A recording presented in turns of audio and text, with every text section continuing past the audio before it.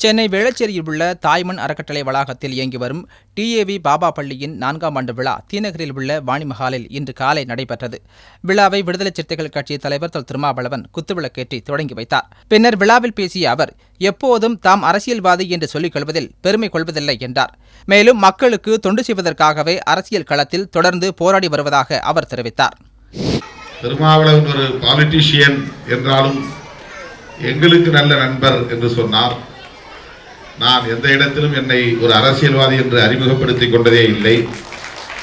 அரசியல்வாதி என்று சொல்லுவதில் நான் மகிழ்ச்சி அடைந்ததும் இல்லை. மக்களுக்கு தொண்டு செய்ய வேண்டும் என்கிற அந்த மனோநிலையோடு இந்த பொது வாழ்க்கையில் நான் அடியெடுத்து வைத்தவன். ஆகவே என்னை அரசியல்வாதியாக நீங்கள் பார்க்க வேண்டாம். இனிமே மேடைகளில் அரசியல்வாதி என்றும் சொல்ல வேண்டாம். ஒரு கட்சியின் தலைவர் என்றும் குறிப்பிட வேண்டாம். தாய்மண் அறக்கட்டளையின் அறங்காவலர் என்று சொன்னாலே போதும். தாய்மண் அறக்கட்டளையின் மூலமாகத்தான் மருதம் ஆசிரியர் பயிற்சி பள்ளியை அதே பகுதியில் நாம் நிறுவியிருக்கிறோம். அதையும் இப்போது சிறப்பான முறையிலே நடத்தி வருகிறோம். அதை போல இன்னும் பல்வேறு இடங்களில் கல்வி நிறுவனங்களை உருவாக்க வேண்டும் என்பது தாய்மண் அறக்கட்டளையின் ஆசை.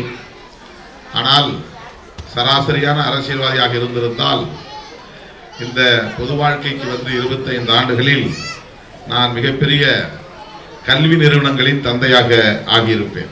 நானும் ஒரு கல்வி தந்தை என்று சொல்லக்கூடிய அளவுக்கு ஏராளமான பள்ளிகளுக்கும் கல்லூரிகளுக்கும் அதிபராக ஆகியிருக்க முடியும்.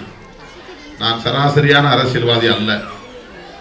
ஏனென்றால் ஒடுக்கப்பட்டவர்களுக்காக, ஏழை எளியோருக்காக மாந்தநேயத்தின் அடிப்படையில் நம்மாலான தொண்டு செய்ய வேண்டும், உழைக்க வேண்டும்.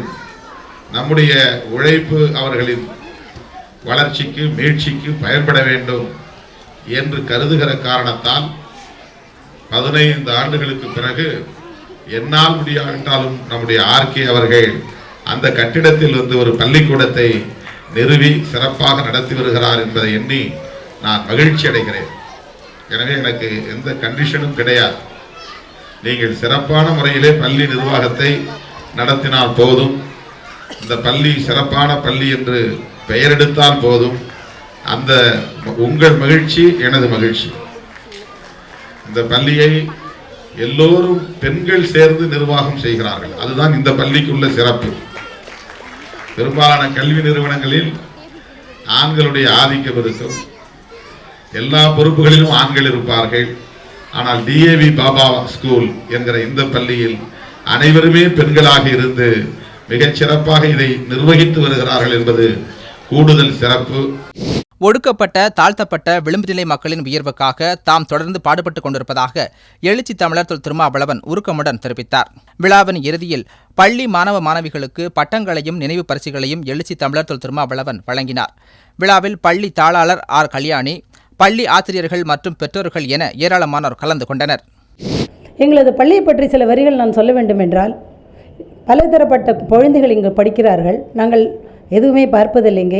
குழந்தைகளை மட்டும்தான் நாங்கள் பார்ப்போம். அவர்களோட கல்வித்திறன் எங்களால் மேல் கொண்டு வர முடியும்.